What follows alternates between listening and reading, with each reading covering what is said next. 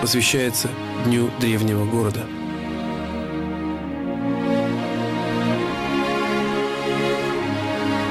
В III веке до нашей эры свободолюбивые племена хунну перед внешней военной угрозой объединяются в военные союзы. Непрекращавшиеся войны хунну требовали объединения сил.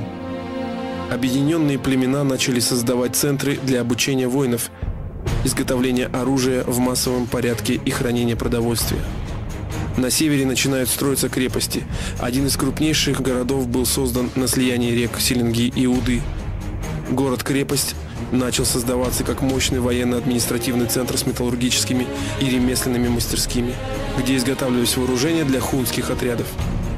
Во времена создания первого государства хунну, Шаньюэм-Маде, город-крепость уже обладал мощной оборонительной системой и состоял из крепостной стены с башнями-бойницами для лучников, 3 валами, наполненными водой глубиной до 3 метров, служивших непреодолимой преградой для противника. В крепости размещалась резиденция правителя северных хунну и отряд численностью до 500 человек. В ней находились казармы, конюшни, где военному делу обучались молодые воины. В теплых бревенчатых домах, покрытых дерном, жили мастера-дарханы. В полуземляных мастерских производились железо и чугун. Изготавливались кожаные ламеллярные доспехи, сложносоставные луки, главное оружие гуннов. Хороший воин мог выпустить 30 стрел в минуту. Дальность полета стрелы достигала 650-700 метров. Стрела, выпущенная из такого лука, с бронебойными наконечниками пробивала любые доспехи тех времен. Пройдя обучение, воины делились на десятки и сотни. Они сами выбирали себе десятников и сотников. Тысячник же назначался Шаньюэм, верховным военным правителем, избираемым на время войн. Десятники имели отдельные дома, где хранили оружие и амуницию, свою и своего десятка. Каждый воин беспрекословно подчинялся своему десятнику. Десятники – сотнику, сотники – тысячнику. Правитель города, кроме военных функций, занимался административно-хозяйственной деятельностью, отправлял отряды для охраны подконтрольной территории и также сопровождения караванов как по наземным и водным путям. Город являлся центром торговли, обмена местного населения и гарантом его безопасности.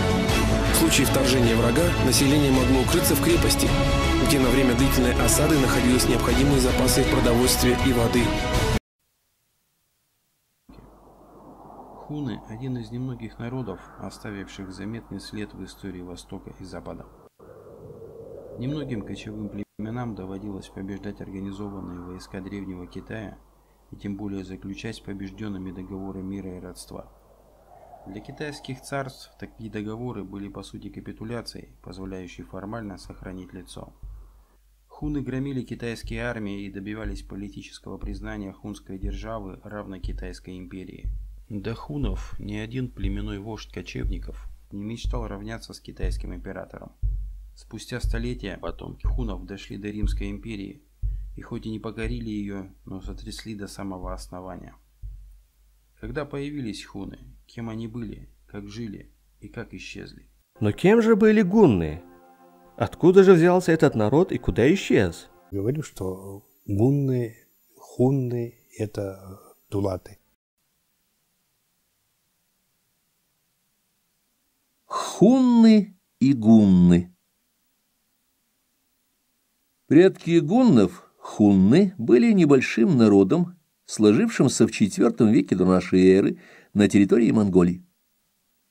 В III веке до нашей эры они переживали тяжелые времена, так как с востока на них давили кочевники сяньби, с запада нажимали согдийцы, которых китайцы называли юэджи. Неудачными оказались и попытки хуннов принять участие в китайских междоусобицах. В Китае тогда шло объединение страны, известное в китайской историографии как «Война царств». Из 7 царств осталось одно, при этом погибло 2/3 населения страны.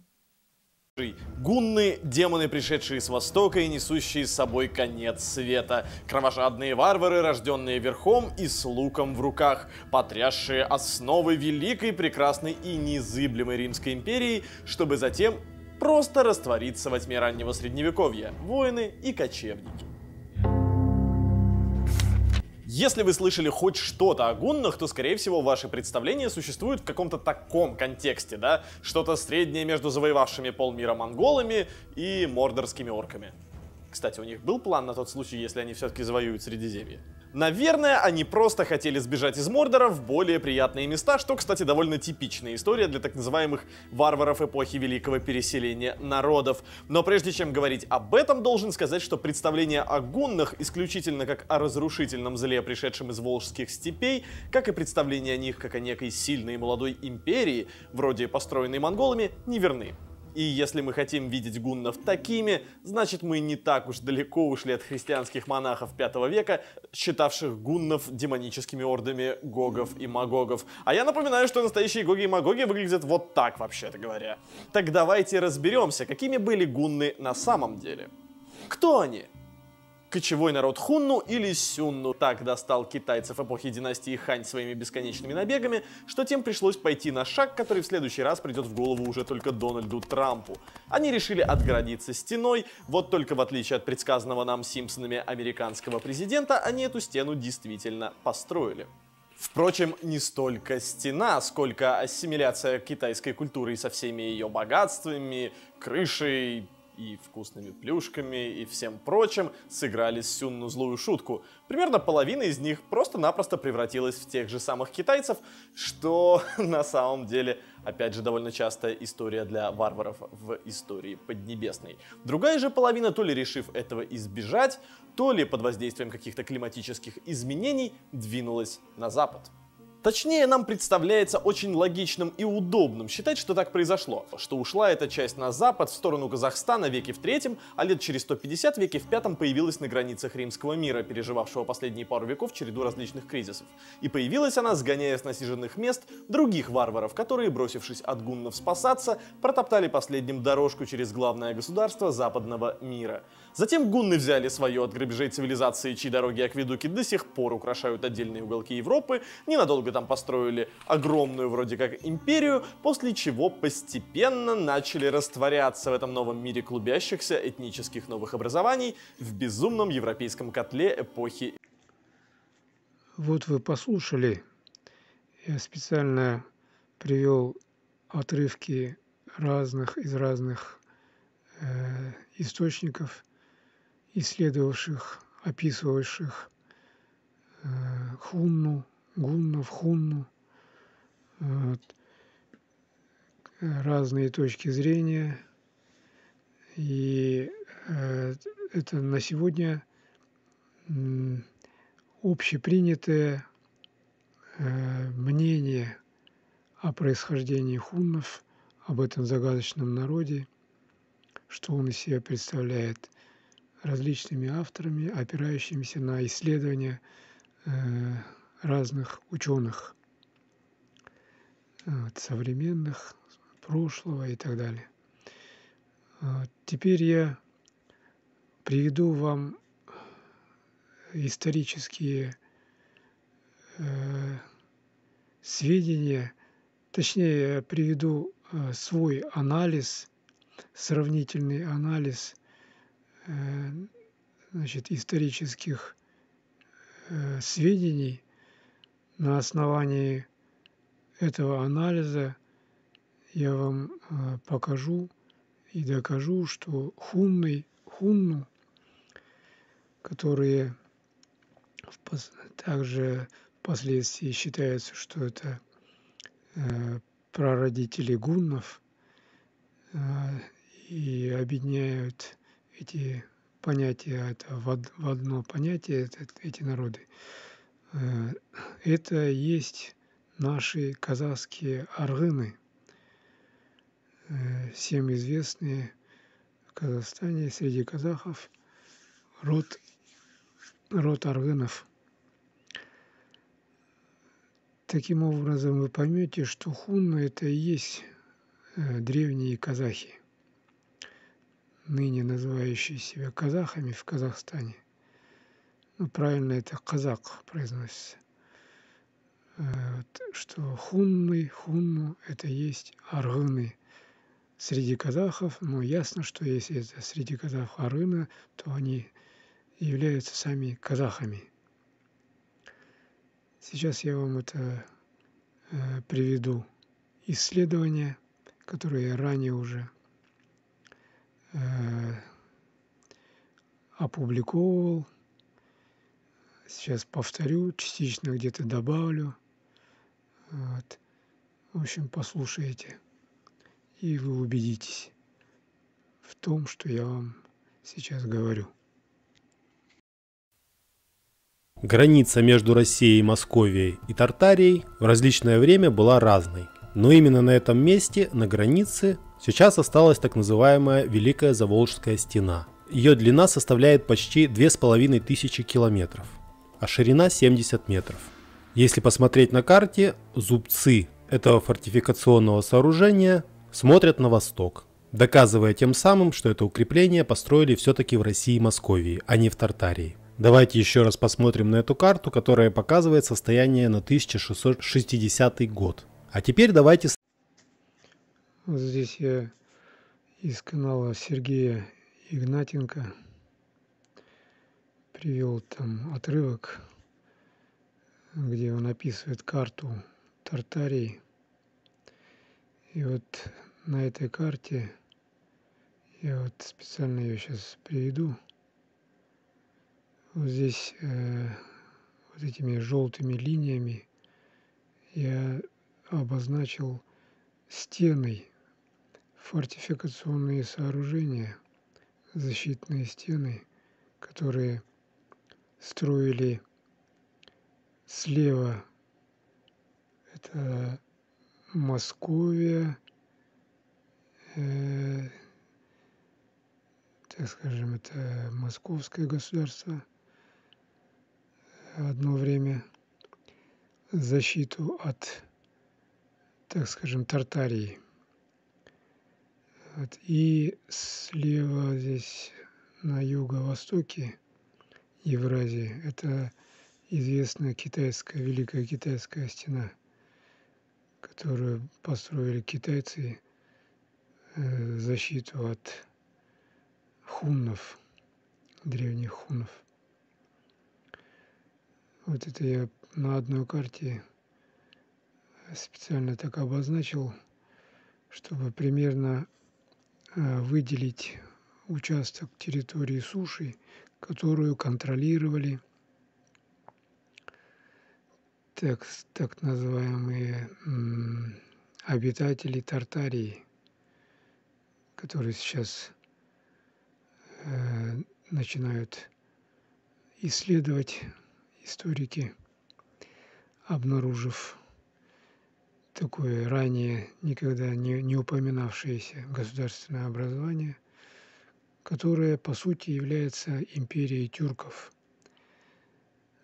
Всю свою историю на протяжении многих тысячелетий вот эти территории контролировались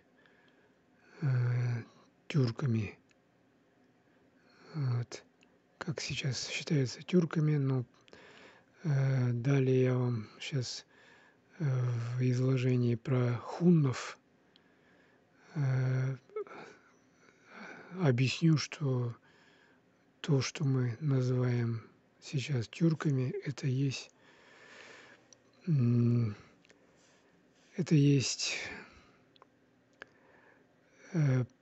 постепенно, так скажем, разросшееся ответвление протоказахов, так скажем. Это сейчас трудно объяснить. Это я сейчас наперед эти слова произношу, но послушав весь этот рассказ от начала до конца, вы, скорее всего, поймете, что я имел в виду.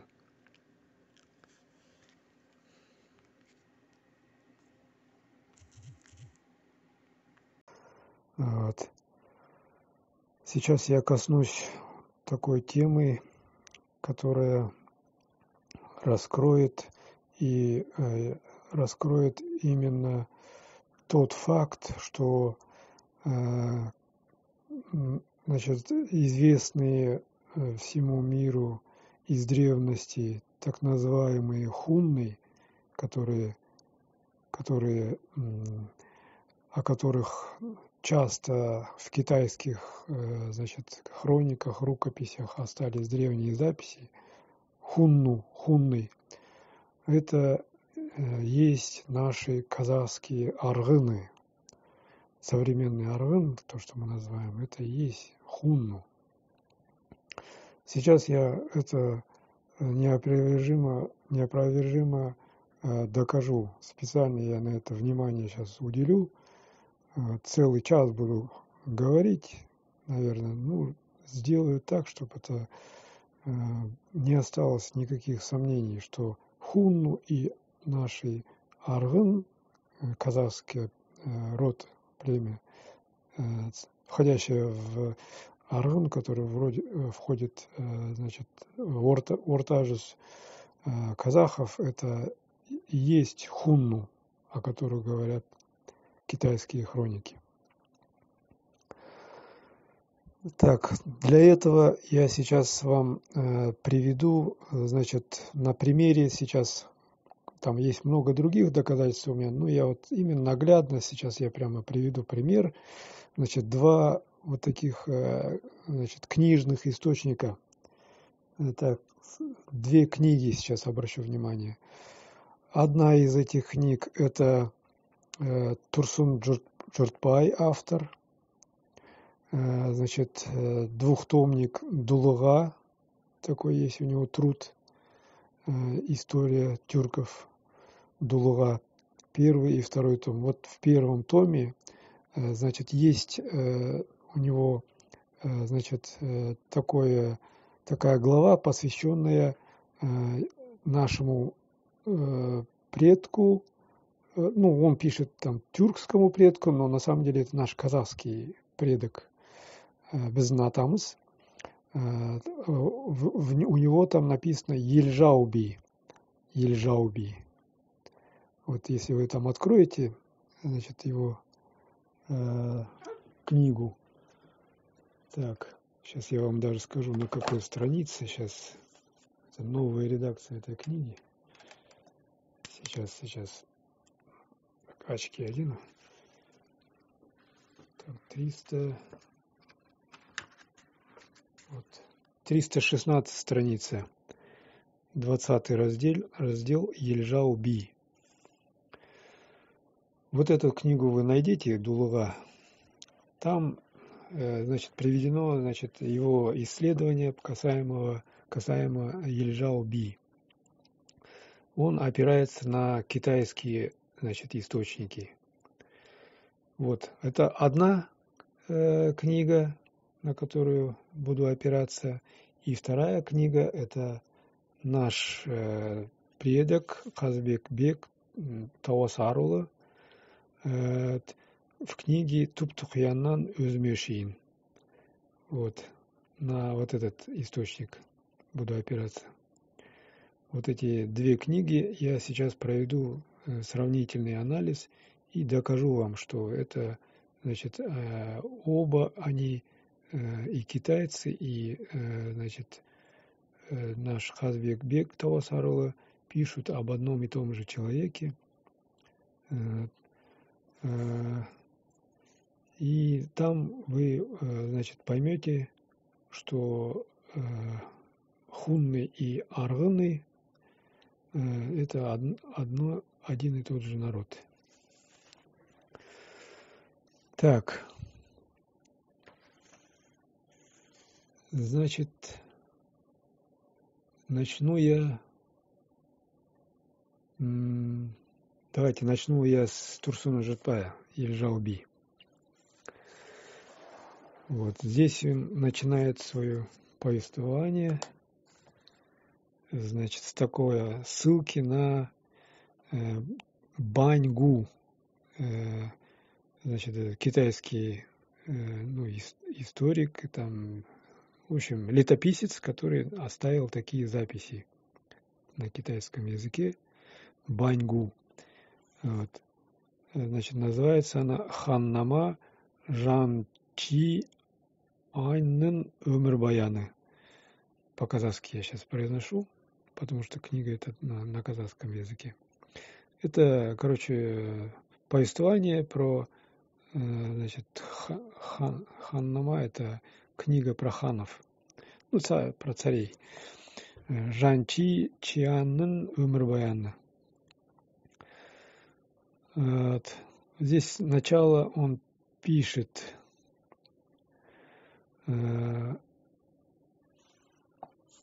Так. Вот.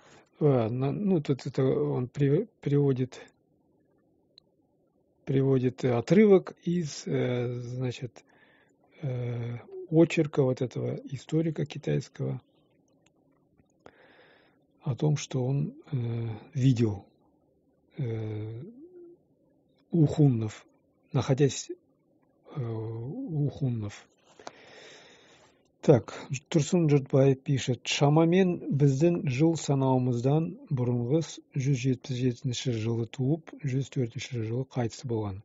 Вот про Ильжау Би он говорит, что он примерно родился 177 год до нашей эры и умер 104 год до нашей эры.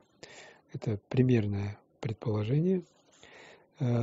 Теперь дальше он пишет: лауазымнан айырылған Чанжи Чиань сонда патшаға былай дейді: менің хундардан естуімше, үйсендердің ханы Күнби деп аталады екен.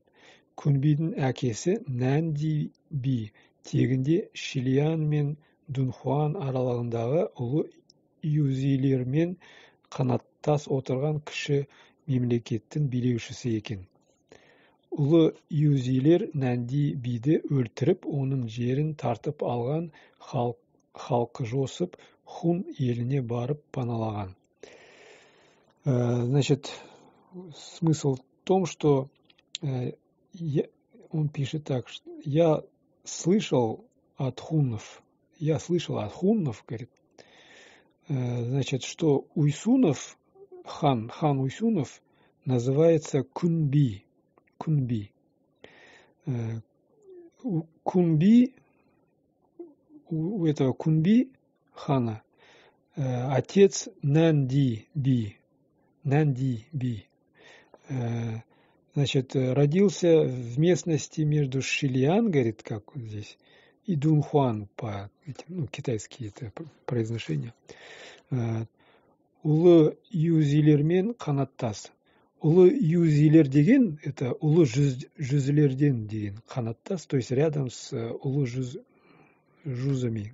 Значит, то есть и китайцы в свое время, наши казахские эти, юзи деп называли, жузы. Улы жузы. Ну, біздің улы жүзой. Сол рядом с этим улы жүзом находился, говорит, вот этот небольшой, говорит, это мемлекет, говорит, ну, государство, вот, которым правил вот этот Кунби. Ну, это есть вот это Уйсуны, это Улу-Жуз входит, я вам просто расшифровываю смысл. Вот, а они поэтому там маленькое государство они называются. То есть они по-своему там как государство. Улу-Жузлер Нанди Биде өлтіріп, говорит, вот эти Улу-Жузы, короче, убили вот этого Нанди Би, его земли забрали и, короче, разогнали народ, говорит, и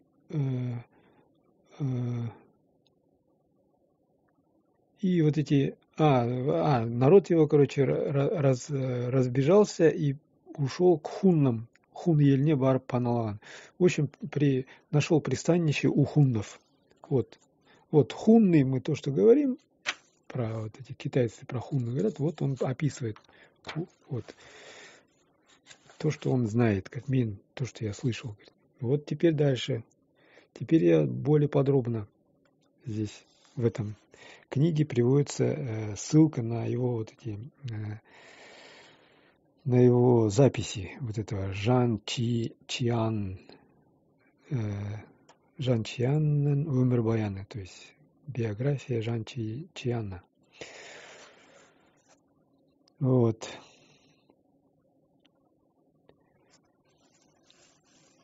Вот здесь на странице 319 пишется: Патша Жанчианнан Бактриянның мән жайын сұрайды. Лаузамнан айрылған Жанчиян сонда патшаға былай дейді. Вот этот, короче, ихний царь, вот этот китайский патша, спрашивает у Жанчияна. Ну, Жанчиян это, видать, ихний этот посол, короче, у нас в Казахской степи. Спрашивает Бактрию, состояние Бактрия. Бактрия это наши бахтияры, то есть это улуждун несі, тоже тайпасы. Так, Лаузамнан, так, айрылған Чамзин, сонда патшаға былай. Вот это рассказывает Жанчиян. Я, то, что вот сейчас я вот прочитал, то, что слышал от хуннов, хан Уйсунов называется Кунби. Кунбидің әкесінен дей, так, вот это то же самое, вот этот отрывок он приводит. Значит, то, что его вот этот отец Нанди Би родился в Шилиане, между Шилианом и Дунхуаном. И, значит, дальше вот этот весь текст. Потом он пишет: Нанди биді өлтіріп, оның жерін тартып алған, халық жосып, гун еліне барып паналған. Ну, здесь он, там написано хун, а здесь гун пишет. Ну, речь идет о хуннах. Осы кезде жаңа туған жас бала Кунбиді әкесінің туысы бөже дейді. Онқа қалың шөптің арасына апарып, шөпке орап қойып, өзі тамаққа кетіп, қайтып келсе, жас нәрестені көк бөрі келіп, емізіп, ет істеген құс төбесінен айналып ұшып жүреді дейді. Вот здесь пишется как раз о том, что вот он слышал от них. То есть это есть как легенда, как говорится. То, что было распространено среди хуннов, среди народа, среди хуннов. Отец Кунби, не отец, значит, родственник Кунбия, отца Кунбия, вот этого, Боже, вот он прямо пишет его имя, Боже.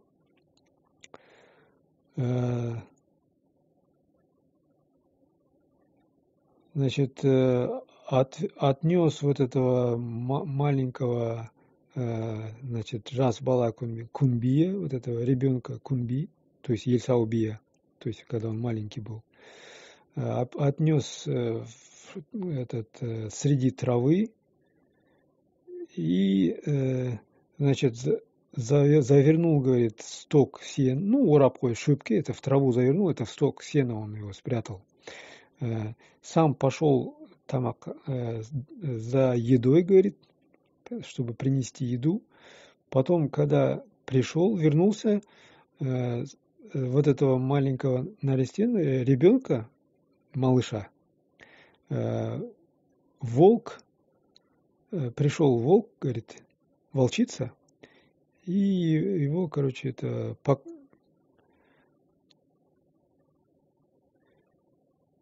смотрит, и она пришла волчица, и его кормит, оказывается. И сверху на нем летает, короче, над ним летает птицы, короче. Вот так рассказывает вот этот посол, китайский посол, своему этому царю китайскому. Хундар бұл баланы киелі бала деп біліп, еліне апарады. Оны хун Тәңірқұты асырап ер жеткізеді. Хунны, говорит, вот этого мальчика назвали святым мальчиком, особенным мальчиком. И, значит, забрали к себе, значит, к себе Ельне, и его вот этот хун Танркут, то есть царь хуннов Танркут, его вырастил и, в общем, короче, он там повзрослел у него. Вот так пишет. Ол ер жеткен соң әкесінің елін қайтарып беріп, оған әскер бастатып соғысқа аттандырады. Когда тот вырос, вот этот мальчик Ильсауби, вот этот хун Танркут, царь хуннов, значит, снарядил войско ему, вот этому Ильсаубе, и отправил, значит, чтобы он вернул свое государство, которого лишили его отца, вот этого Ильсаубе. Нандибик, то, что он лишился отца государства, вот, чтобы он вернул, он его снарядил и отправил с войском. Ол соғыста көп рет ерлік көрсетеді. Он, говорит, показал много героических поступков на войне, говорит, той войне. Сол кезде юзілер хундардан жеңіліп, батыста сақтар тайпасына шабуыл жасайды. В то время вот эти жүзілер, говорит, ну, улы жүздер, эти племена улы жүзі, значит, от хуннов потерпели поражение, и на западе на саков, на племена саков тоже нападение сделали. Сақтар патшасы шалғай түстікке қоныс аударады да, олардың жұртын юзилер иелеп алды. Ну, саки, значит, сактар патшасы. В общем, саки, они оттуда убрались с запада. И, значит, вот эти улужузы забрали ихние, в общем, земли, ихний народ. Вот дальше пишет. Азамат болған күнби юзілерден әкесі үшін кек алуға Тәңірқұтынан өтіл алып, батыстағы жүзілерді шауып талқандайды. В общем, выросший вот этот күнби, значит, в общем, вернул, как сказать, кекалды, отомстил, в общем, за своего отца и, в общем, разбил всех вот этих западных жузов. Так, сонан сон улы жүзлер батысқа Бактрияға ауып кетеді. После этого вот эти улы жүзы на запад в Бактрию перекочевали. Күнби олардың көп адамын тұтқындап, әскерін барынша көбейтеді. В общем, Күнби забрал их народ и, в общем, себе войско увеличил. Сол кезде Тәңірқұты дүние салады да, хундарға қайта бағынғысы келмейді. И после этого Тәңірқұт, ну, покинул этот мир. И он не захотел подчиняться хуннам, вот этот Күнби. Вот это приводит Турсун Журтбай в своей книге Дулуа, значит, то, что писали китайские послы, летописцы, вот про этого Ельжауби, как они называют, которого назвали Күнби. Так, теперь перейдем к тому, что пишет Қазыбек Таусарұлы из своих записей, своей шежіре, в своей книге Туп-Тұқияннан өзіме шейін. Здесь он приводит значит, Шежри, ата Шежри, в котором он касается, вот ведет родословную свою и доходит до вот этого Ельсау Бия. То, что там пишут Ельжау Би, а здесь он пишет как Ельсау Би. Теперь смотрите, я вам прямо сейчас буду приводить это записи и на русском языке, так скажем. Вот он пишет, там предыдущая родословная, такой был предок Асау, и у Асау было 5 сыновей: Жюз, Дюз, Еркель, Куркель, Тирин. Вот у этого Жюза, у этого Жюза, значит, было 2 сына: Дев и Бас. Вот Ека Олотопта. Значит, Дев это, оказывается, его не настоящее имя, вот пишет Хазбек.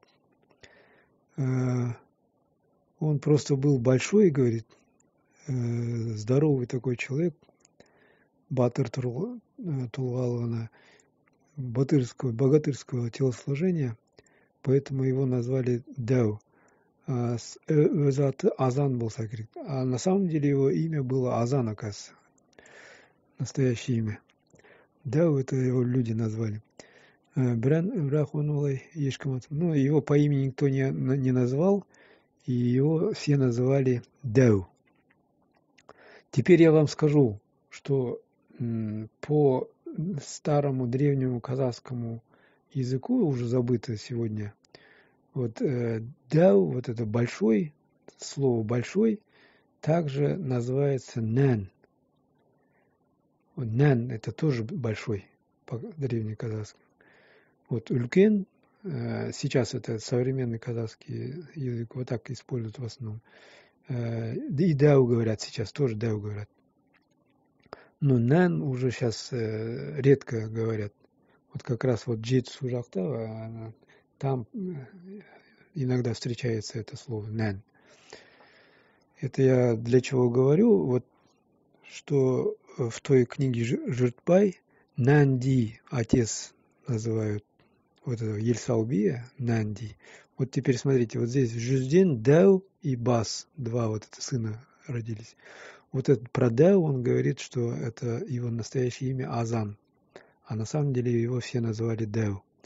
Вот. У этого Дев 2 сына было, Ельсау и Жантай. Жантай был старшим, Ельсау младшим.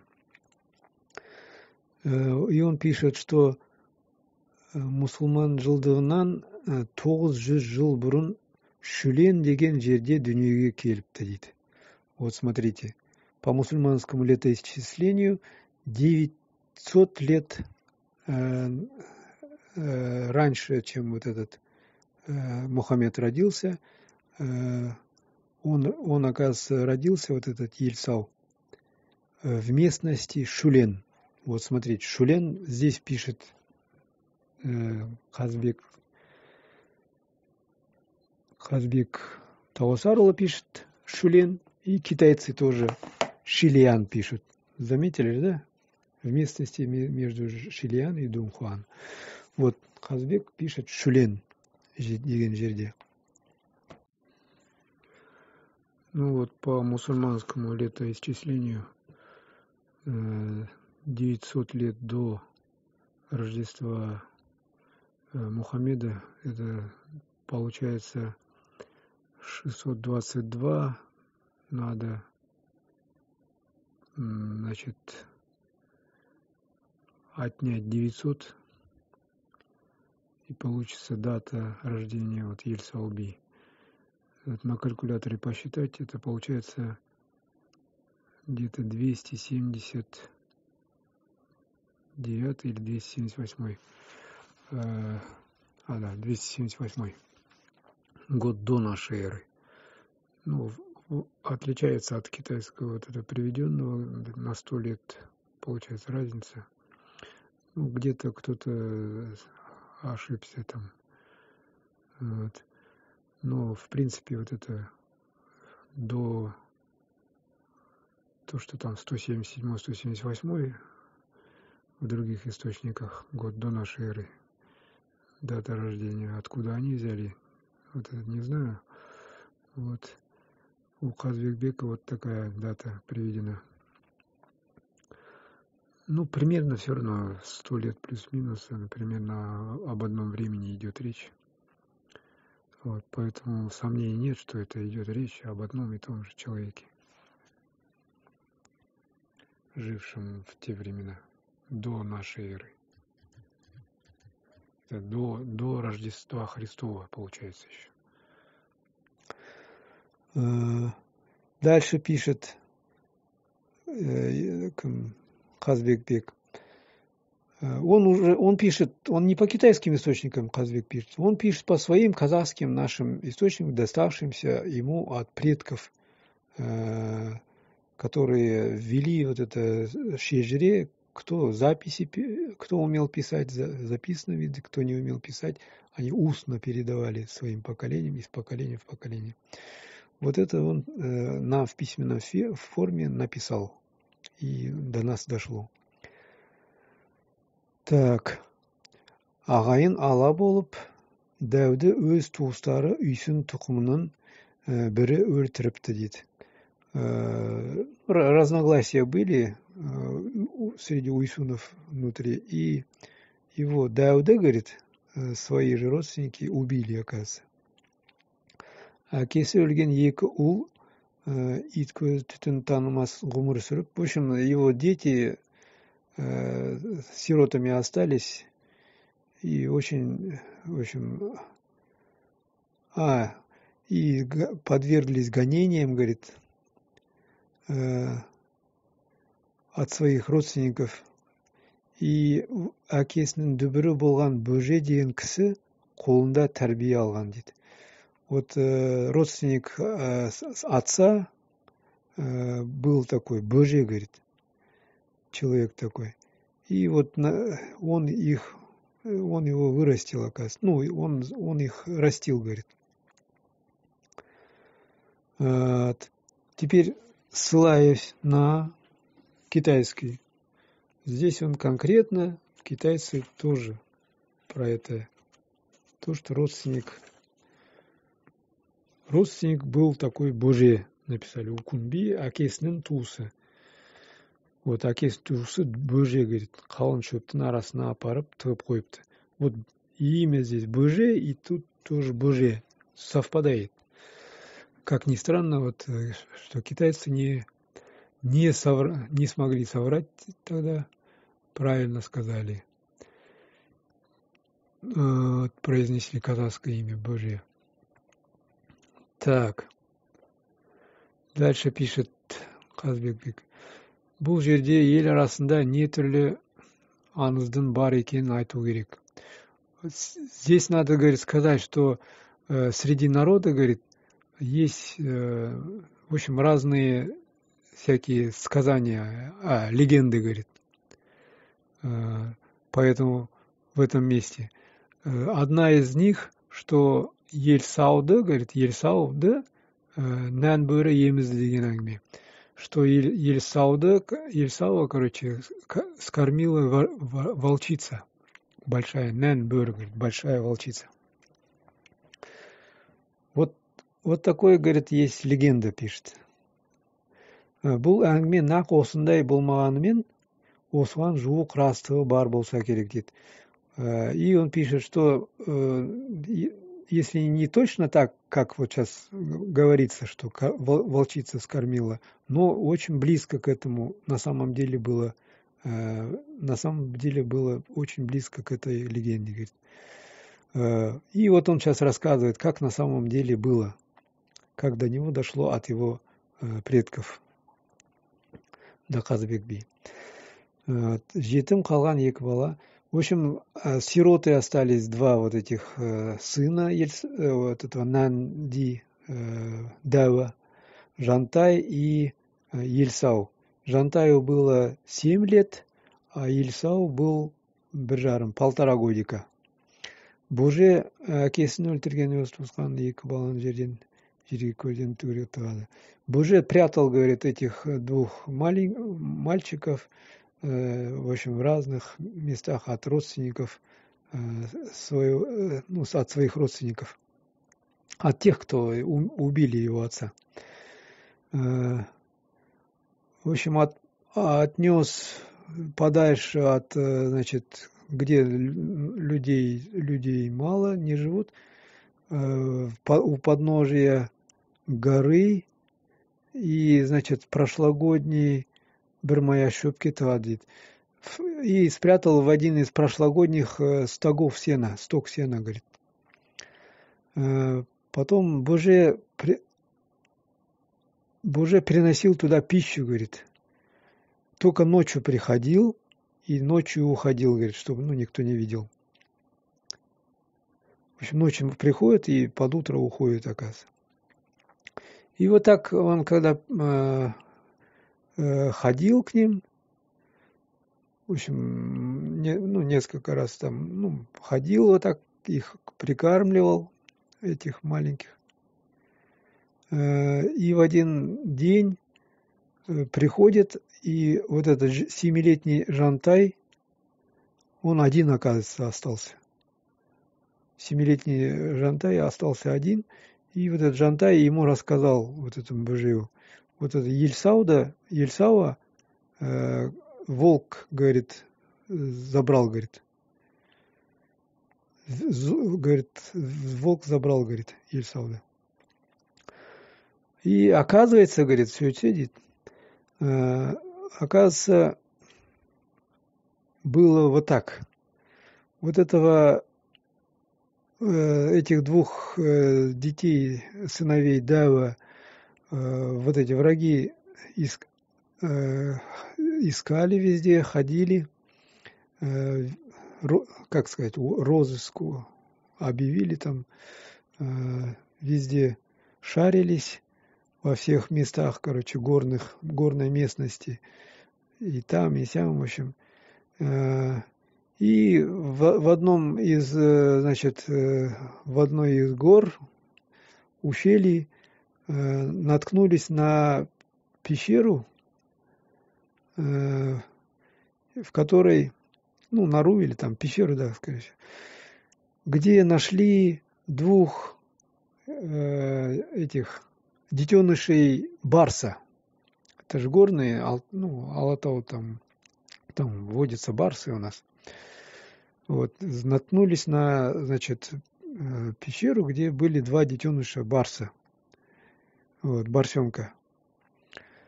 И, значит, они вот этих барсов нашли и обрадовались, как будто, знаете, вот этих 2 сыновей этого Дева нашли. И все забыли и утащили их к себе. Все, дальше я сейчас не по тексту, я буду вот то, что я читал, я уже просто вам расскажу. Дальше они забрали вот этих барсят, или тигрят, так скажем, как их называют по-русски, детенышей, забрали к себе в аул. Потом здесь даже пишется вот этот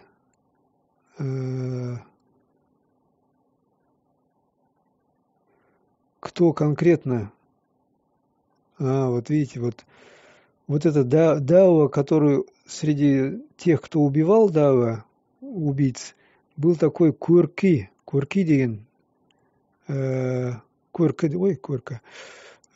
такой Жасаул, как сказать, боец, воин, короче, такой был.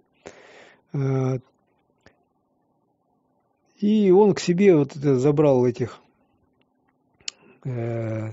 детенышей барса к себе в юрту. Вот видите, даже имя пишет. То есть этот человек, Казбек-би, прямо по именам называет тех людей, которые 2 с лишним тысячи лет назад жили. И вот этих, значит, детенышей он у себя в юрте, значит, держит, около 3 дней, пишет, держали. все собаки аульские, чуя запах барсов, детенышей барс, оказывается, подняли там лай и не прекращали. В общем, возле этой юрты этого курки собирались, и оттуда никуда, в общем, не уходили, и постоянно, в общем, лаяли и надоедали, короче, вот этому. Всем, и вот этому курки тоже надоедали. Вот. И это продолжалось 2-3 дня, оказывается. И на третий день этот курки не выдержал. Надоел ему этот лай, этот собачий гам, шум.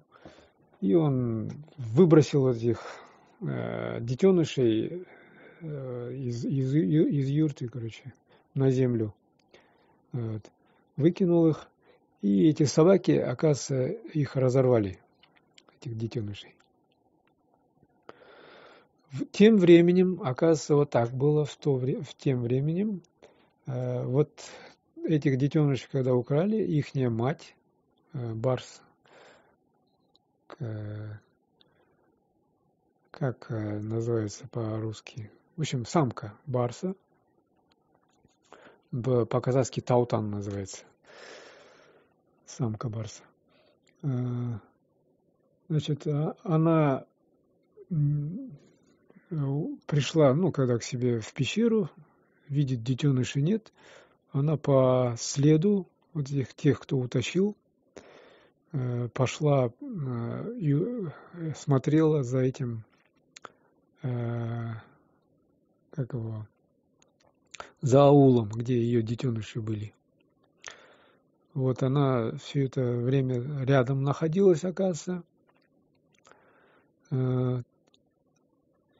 И, значит, она, ясно, туда-сюда ходит. И в какой-то момент она нарвалась на вот этих детей, которые были спрятаны в стоге сена. Вот это Ельсау и Жантай, его брата старший. И этот видит там маленький ребенок, вот этот Ельсау, 1,5-годовалый, молокосос, короче. А у нее, видать, молоко же свое бежит. Этих детенышей у нее отобрали. Вот. И она видела, что их убили эти люди. И, в общем, она вот этого Ельсау маленького оттуда утащила. Вот. Утащила к себе в пещеру. Вот. И, значит, оказывается, она его кормила. Я вам наперед просто скажу. Вот этот Божей, как Божей называют, он, когда вот Жантай ему так поговорил, он сказал, что вот Жантай его волк утащил, Ельсауа, братишку его. Он пошел, в общем, искать те местности рядом, все шарил, обошел все вот эти овраги, там все закутки и так далее, все там ямки, все начал искать, и в какой-то момент он, в общем, находит, долго искал, он находит вот эту пещеру, где вот это была вот эта самка барса. Но в тот момент он находит эту пещеру тогда, когда ее не оказалось. Нет, не так, я сейчас подзабыл эти тонкости. Он натыкается, сдалека он с другого склона горы вдруг замечает, что барс, значит, с какого-то места куда-то направляется. И он вот это место вычисляет, что раз он туда приходит, этот барс, значит, там что-то есть. Вот. И он, для себя, видать, понял, что здесь, наверное, не волк, а барс, наверное, ходит. Не тупой же человек. И он дождался момента, когда этот барс ушла оттуда, со своей пещеры. Ну, на охоту, видать, там надо же кушать, искать. И, значит, когда она уходит, он туда забирается, в эту пещеру, она где-то там на неприступной там какой-то скале.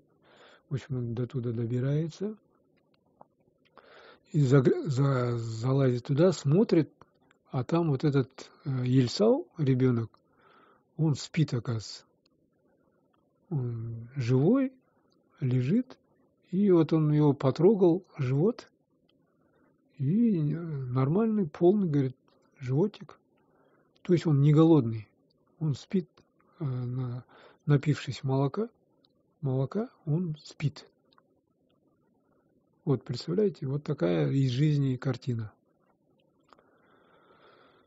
Он этого ребенка забирает, то есть он понял, что она его кормила, раз он живой. Потому как он где-то, не день, а несколько дней искал этого ребенка. За это время он не умер, и сытый такой, спящий нашелся. Он этого ребенка забирает, Ильсауби, и, в общем, прячет, своим не показывает, и потом через некоторое время уходит к аргынам, он пишет. Вот здесь я вам сейчас дальше приведу именно слова вот этого Казбек-би, что дальше Божей делает с этим Ильсау, с ребенком Ильсау. Сейчас я вам приведу. Вот, сейчас я вам прочитаю. Вот этот Божий,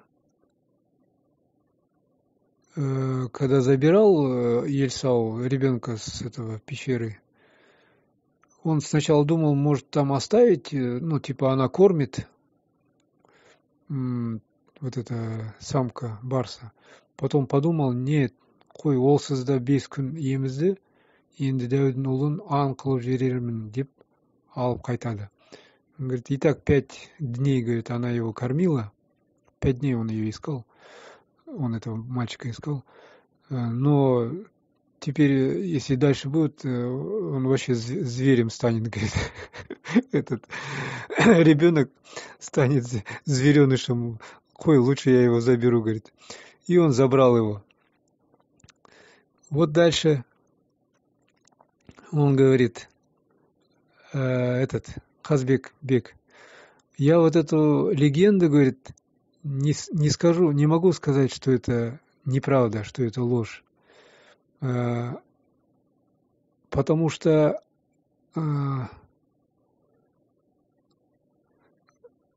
вот это ребенков, детей маленьких, как сказать, забирает барс может забрать ребенков. У нас в Алатау, говорит, это, говорит, известно с давних времен, говорит, с древних времен. То есть такие случаи были. И у нас осталась вот такая поговорка, говорит, у казахов. Алма апаннан аланды, таутан урлар баланды. Вот такая у нас пословица есть. Не бери, говорит, из пещеры детеныша барса, алан это детеныш барса. Вот этот таутан, это, барса самка, украдет баланды, твоего ребенка, в общем, украдет. Вот такая поговорка есть у нас среди казахов. Вот, в Алатау, там, где Алатау живут наши, то есть жетісудың казактары. Вот теперь дальше пишет, Казбек-бек дальше пишет. Мне сол барыс емізген бала Ильсау ер жетіп, арғындар көмегімен еліне қайта ие болады. Мне, конкретно он пишет. вот этот скормленный барсом ребенок Ельсау, говорит, вырос, и арғындар көмегімен, с помощью арғынов, вернул свой ел, свое государство. Еліне қайта ие болды дейді. Арғын бауырлары арасында жүріп, соғыс өнеріне әбден жетіліп, среди арғынов, родственников арғынов он жил, вырос, научился военному искусству, одан өз елінен қашқан аталастарынан қол жинап, значит, собрал войско из своих соплеменников, қайта өз елін билікті қолына алады и забирает обратно власть в свои руки и свое государство, өз елін. Бұл кездері ел іші ала болған соң, значит, в это время, значит, внутри государства была, в общем, это разобщенность. Бахтиярдың біраз баласы 2-3 аулы Иран жеріне өтіп кетеді. И, значит, Бахтияров, поколение, то есть род Бахтияров, біраз баласы 2-3 аулы, где-то 2-3 аула, говорит, переетываются в Иран, перекочевывают в Иран, говорит. Оған ұлы жүздің тағы бір сыпырасы ереді. И к ним присоединяется еще довольно много, значит, с ұлы жүзі племен, родов. Соларды қайтарып алу үшін Ельсау көп қолмен сақтарға шабуыл жасайды. И вот чтобы их вернуть, говорит, ұлы жүзов, значит, Ельсау, говорит, с войском, в общем, делает нападение на Саков. Вот пишет конкретно Қазбек бек Тауасарлы. Дальше пишет, бірақ атамыздың жауынгерлері жеңіске жеткенімен олардың бәрін қайтару жөнге келмейді. Но хоть и, значит, наши войска, моего предка, атамыздың, говорит, войска моего предка достигли победы, но всех вернуть не получилось, говорит. Осы дәуірде олар Бахтияр атпен Тауарихқа мәлім. Вот в это время они известны под названием Бахтияр, говорит. Вот это то, что говорят они, Бактрия. Вот это Бахтияр вообще, правильно. Қазіргі Иран жеріндегі Бахтияр атанатындардың бәрі бұдан 1800 жыл бұрын кеткен біздің аталастарымыз.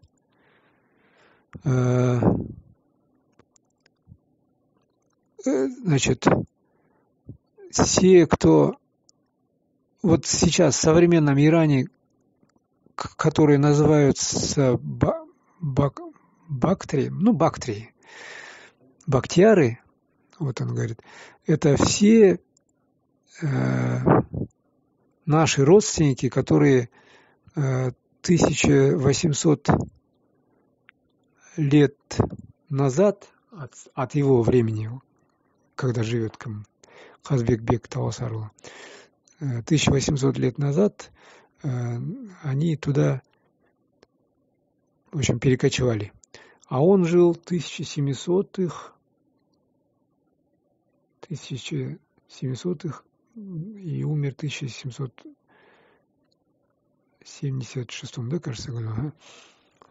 Вот в это время он жил. То есть 1800 лет назад, это имеется в виду, что примерно 100 лет до нашей эры. Вот человек пишет, не ссылаясь на китайские источники, пишет чисто из казахской истории, казахского щежри. Вот.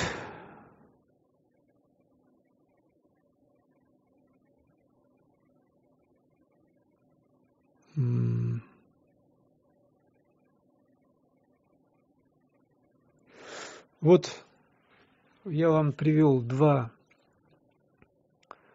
две книги разных авторов, исследования, так скажем, одного нашего современного, так скажем, это Турсун Жиртбай, который ссылается на китайский источник, но он не знает, в то время, когда он писал эту книгу, он не знал, что есть такая книга Хазбек Бек Таусар. Она вышла позже, уже, так скажем, когда первая книга Дула, она уже раньше была написана. Вот. И Хазбек Бек Таусарула, который нам раскрыл глаза на многие исторические записи предыдущих других, так скажем, источников. Вот этот сравнительный анализ я специально провел, чтобы было видно, почему. Чтобы было видно, о ком идет речь. Идет речь об одном и том же человеке Ельсау Би. С разных источников идет речь. Китайский источник и вот наш казахский источник. И идет речь об хуннах. И здесь китайцы пишут про хуннов, а Хазбек Бек Таусарлу из казахских историй он пишет про аргынов. Вот о чем речь. Я для этого привел вот этот анализ и доказательства того, что хунны, о которых пишут китайские все источники, это есть наши аргыны, казахские аргыны, то есть предки наших казахских аргынов. На самом деле это не в этой, так скажем, не в этом ролике об этом говорить. Аргыны правильно называются Ар-Кун и Кун. То есть два предка наших. Ар и Кун, два разных человека. Но они братья были. Они были сыновья Жана. Вот. Жан — это сын Арыса. Вот то, что вы будете, если изучать Шежре в казахском, вот это есть.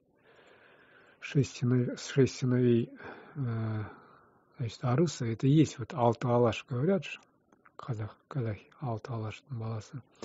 Вот это и есть 6 сыновей Арыса, и потомки вот этого Жана, одного из сыновей Арыса. Это и есть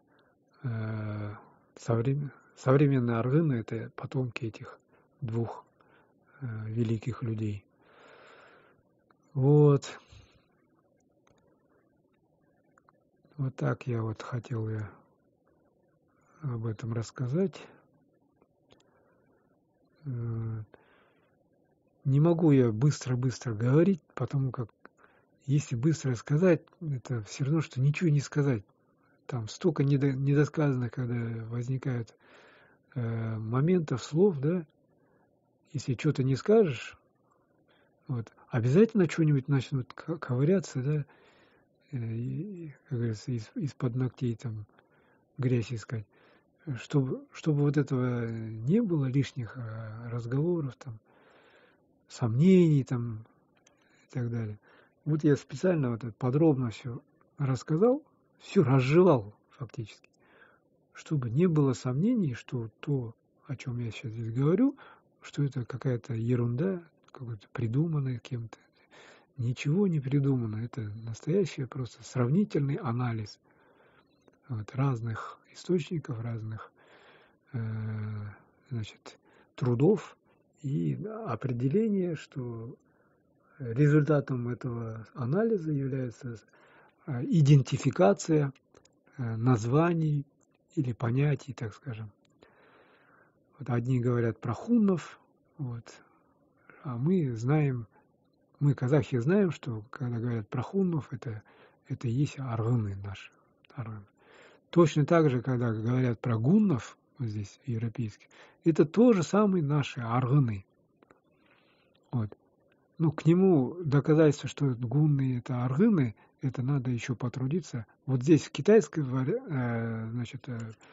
с китайцами получилось легче вот доказать. Вот нашли мы, я вот нашел вот это соответствие, я его специально вот так не поленился, запишу, и чтобы наши казахи это видели, услышали, поняли, и потом в будущем не путались и не велись на разные вот эти разговоры там всех, кому не лень, которые не знают нашей казахской истории и ссылаются на всяких персидских, там, арабских источников, каких-нибудь там русских там историков, якобы, которые знают казахов. Откуда им знать наших казахов? Они в нас путаются.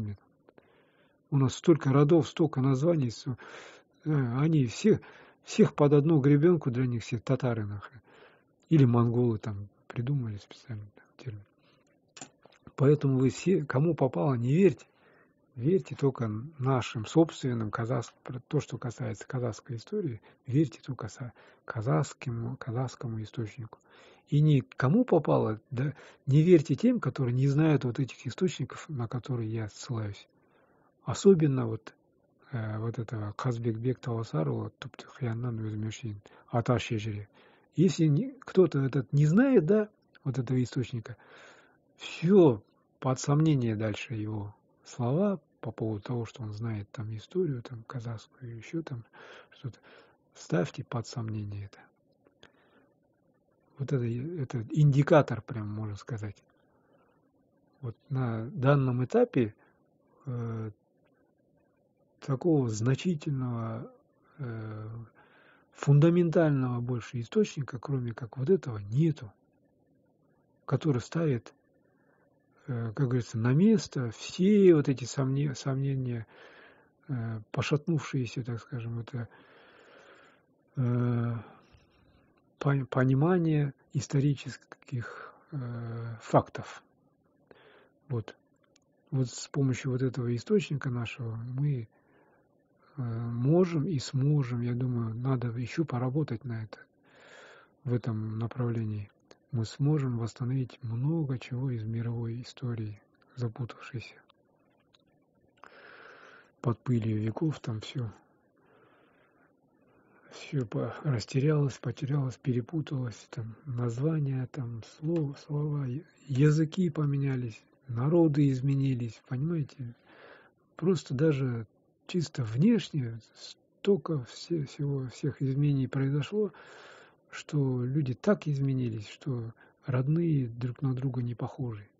Вот из-за вот этого, значит, теряется истина, историческая истина. Вот люди путаются там, кто какого рода, откуда происхождением и так далее. Вот, все это то, что касается хуннов и аргынов. Хунны — это те же самые казахи. Вот результат этого исследования, анализа.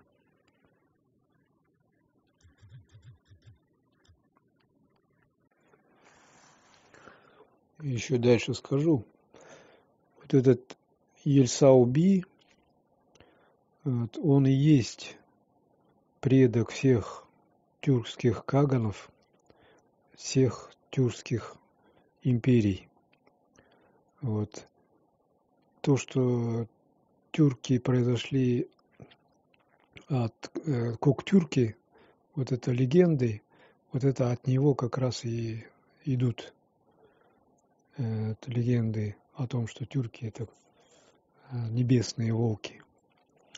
Вот в этой легенде, которая сейчас здесь освещена, истина рассказывается, которая со временем она обросла там разными фантазиями там тех, которые последующие поколения, значит, привносили различные изменения.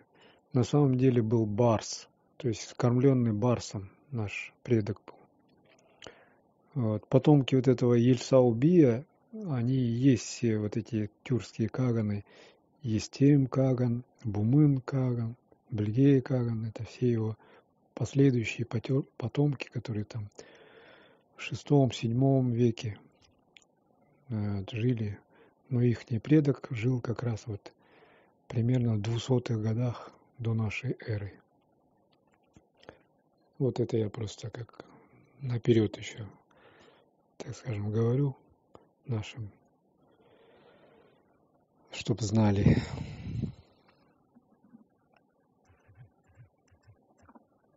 То есть с этого можно, прямо конкретно понимаете так, что все тюркские каганаты — это конкретно казахские ханства, различные формы государственности. Казахские каганаты. То есть там были ханами, каганами, конкретно наши казахские ханы. И то, что легенды, вскормленные волчицей, это как раз про наших казахских ханов. Конкретно прототип — это вот этот Ельсау-би.